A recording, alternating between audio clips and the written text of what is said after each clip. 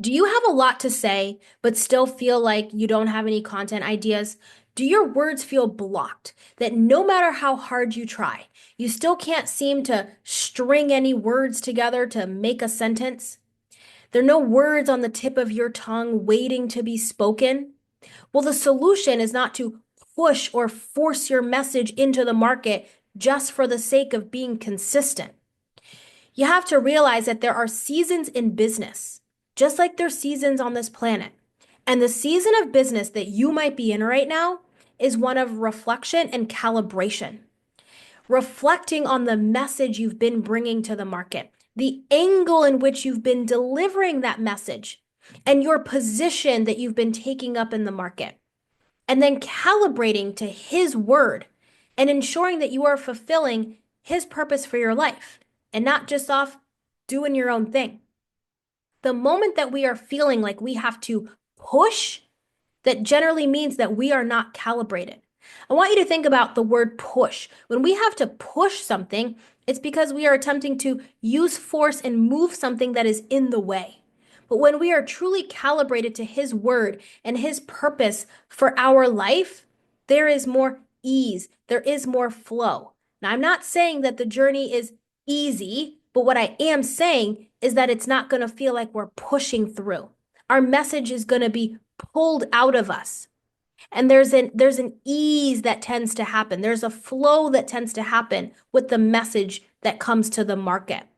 So if you have gone from a flow season where everything's coming out, but now you're in a what feels like a push season, then this is because you are in a reflection and calibration time where you have to ensure that the message you're bringing into the marketplace still matches your values.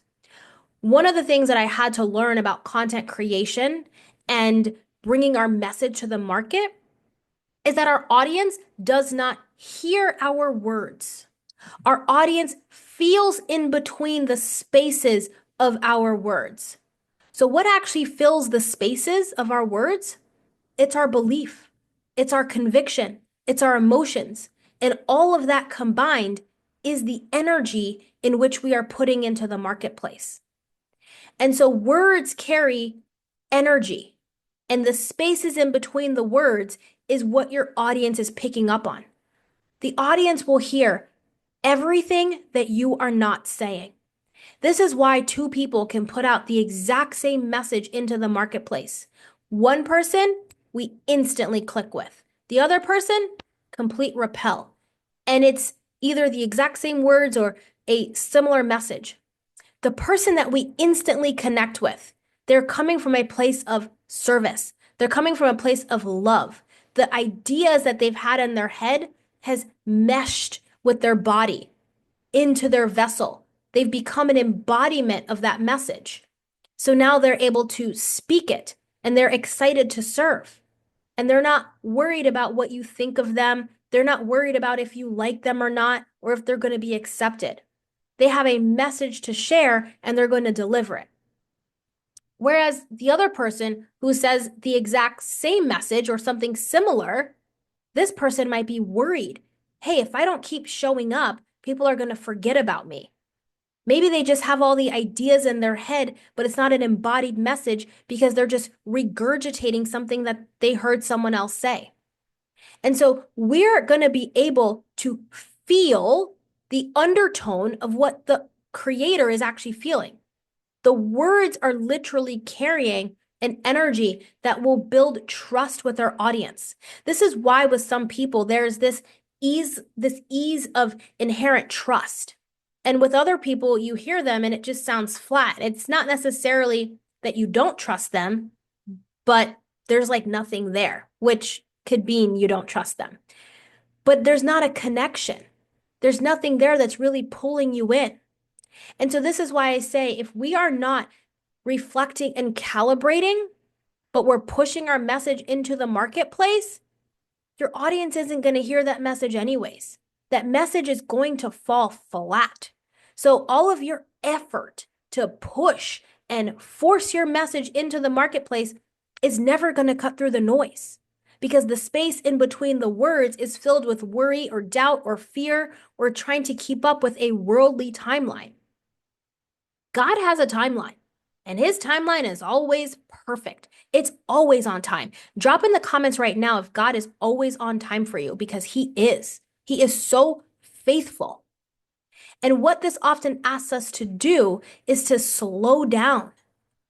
And if we've come from this worldly timeline, we feel like it's so difficult to slow down to God's timeline. But here's the truth. If we keep up with the world's timeline, even when we think we're getting ahead, we're actually slowly falling behind because we're not actually developing layers of our character. We're not deepening our faith, and we're not sharpening our voice. We're not developing our discipline in order to maintain the level of success that if we did get there on a worldly timeline, we wouldn't be able to keep it. But the reason why God's timeline is always so perfect is because he is preparing us off camera for what is needed for us to achieve levels of success. And so God is shaping new layers of our character. He is developing our discipline. He is deepening our faith. He is sharpening our voice with his word so that when we come to the marketplace, it actually cuts through the noise. And one piece of content is so much more potent than putting out 20 pieces of content. It is so essential for us to be in this calibration season because in calibration, there is new revelation. And that revelation goes from our head into our body, into our vessel, so that we can speak it. But so many times, as we are looking to push our message into the marketplace, trying to get followers and views and engagement and sales, we're often attempting to deliver a message that we haven't yet embodied. And so we're just regurgitating. And this is God's way of saying, take a sit down and recalibrate. Now, many people confuse this with taking their foot off the gas. This is not taking your foot off the gas. This is actually speeding you up because God's timeline is actually pretty fast. But we're the ones that keep slowing ourselves down by always ping-ponging back and forth between his timeline and the world's timeline. The word and the world have different definitions for things. And when it comes to content creation and it comes to bringing a message, God's timeline is a timeline we want to be on, not only for content creation, but for everything. So we want to ensure that we're taking the time to calibrate to what he wants us to do and asking him to guide our message in the marketplace. So if your content creation strategy has only consisted of frameworks and templates and, when we need to post this and it's rigid, when it's so rigid, then we actually leave no room for Holy Spirit to actually guide us. It's like driving down the road and using a GPS, the GPS telling us to turn right, and you're like, no, I just know it's down this way. Well, the GPS is telling you to turn right. So maybe the GPS, with all its satellite work, knows that there's something up ahead and it's telling you to turn right. But if we always think we know better, then we land in traffic and now we're late to where we're going. If Holy Spirit is our GPS, let's follow the GPS because the GPS knows way better than we do. How many times have we thought we knew better? We got a message from Holy Spirit, but we thought we knew better, and then things didn't turn out the way we wanted them to because that wasn't the route. That wasn't the actual guidance. We weren't listening. We might have been aware, but we weren't sensitive enough to actually listen. So in this reflection and calibration season of your business right now, it is so essential that you don't try to force through this. We're so used to being consumed with performance and being consumed with how we need to keep showing up and everything being so public. But we have to also understand that so much of business and entrepreneurship is off camera, how we are calibrating ourselves behind the scenes. Can you imagine if an Olympian just showed up to their Olympics and they didn't practice at all and they were just like, I'm just here to perform? That's what forcing content creation is like. It's like an Olympian that just shows up but never practice. And we will never see the hours, the blood, the sweat, the tears that these Olympians put in. And yes, we might see a couple of clips of their practice on social media, but we really don't see when they lay their head down at night if they're sobbing tears because the day was so hard, or sobbing tears because of the effort that they've been putting out, or just submitting to how God is going to guide them through this process, all their behind the scenes hard work. The same thing happens here as a content creator bringing our message into the marketplace. There's so much off camera work. This is where God needs to develop new layers of our character. He needs to deepen our faith and develop our discipline, sharpen our voice with His word, so that when we come into the marketplace, it actually cuts through the noise. But if we keep trying to bypass that process, then we're actually never going to get ahead. This is why God's timeline is the timeline, not the world's timeline. But we've been so accustomed to pushing, pushing, pushing. And don't get this confused with not being consistent. Consistency looks different depending on the season. And we have to understand, well, what are we consistent with? Just because we're not publicly always pounding out the content doesn't mean that we're not consistent. We can be consistently behind the scenes preparing the message and then putting out a good piece of content instead of rushing the message just to get it out there, just to check the box. Because the audience can feel when it's a check the box type of content. The audience can feel when something is rushed. We always know the undertone in which someone is saying something. Just like when someone says, I'm sorry. You know if they mean that I'm sorry or not, just because of the tone. You felt in between the space of the I'm and the sorry. And when you are feeling in between that space, their energy is literally telling you the truth about the I'm sorry. Your words are doing the same thing with your audience. So I'm actually going to give you 3 different ways right now that you can invite God into your content strategy. The first way is to stop looking at other creators for your ideas. I'm not saying don't learn. We all need to continuously learn. But what tends to happen is if we are in this reflection and calibration season and we keep looking at other content creators for our ideas, we end up not learning. We end up mimicking them and now trying to regurgitate a message that isn't even our message.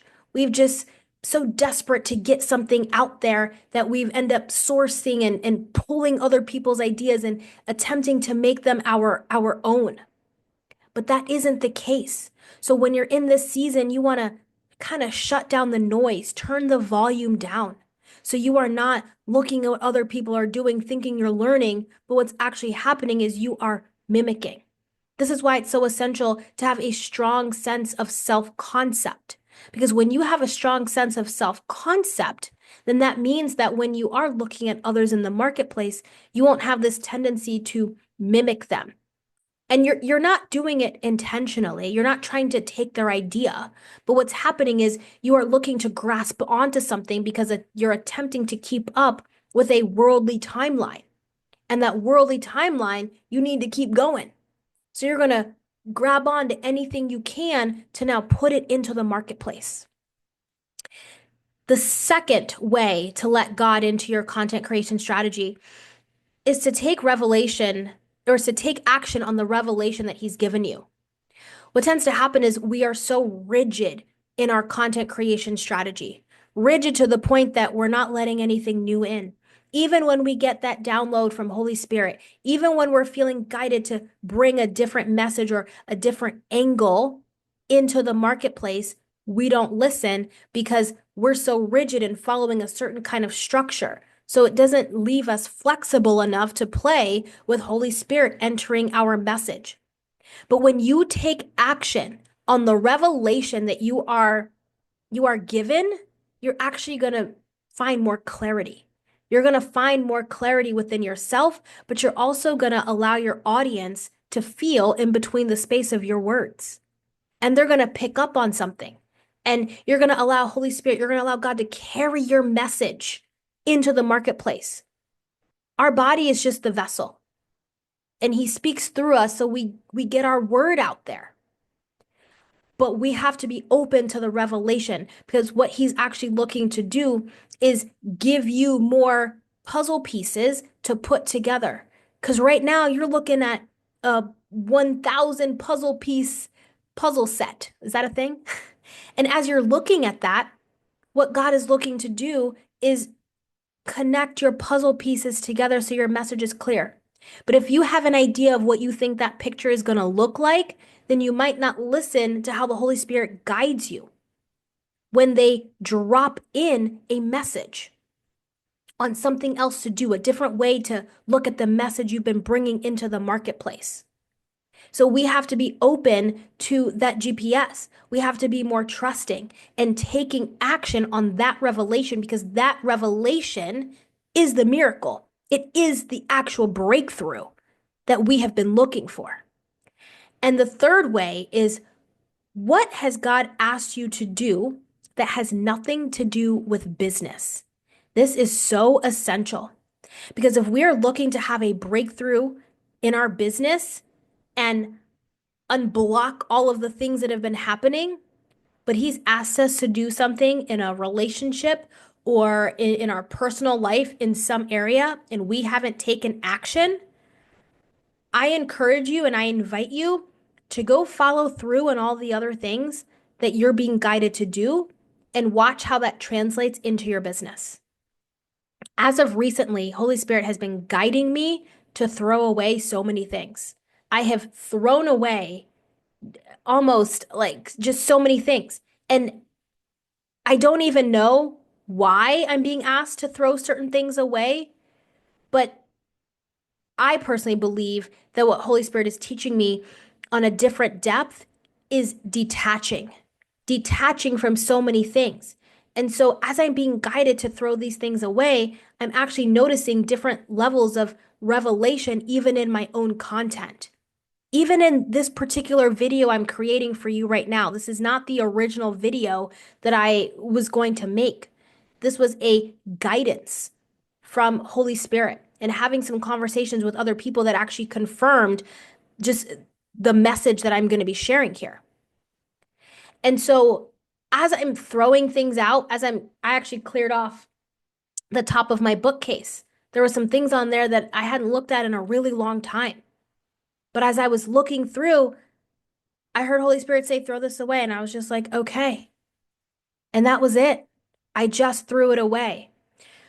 When you start being obedient in other areas of your life, not just looking for this one breakthrough in your business, it all carries over. Different parts of you become unlocked because you might have an attachment to something that you are consistently doing. God's asking you to do something. Holy Spirit is guiding you to do something, but you're not doing it. And so now you're going to be stifled in another area that you desire to have a breakthrough in. And so there are so many times where a non-business action has actually enhanced my business tenfold, because it has nothing to do with the business or the words I'm saying.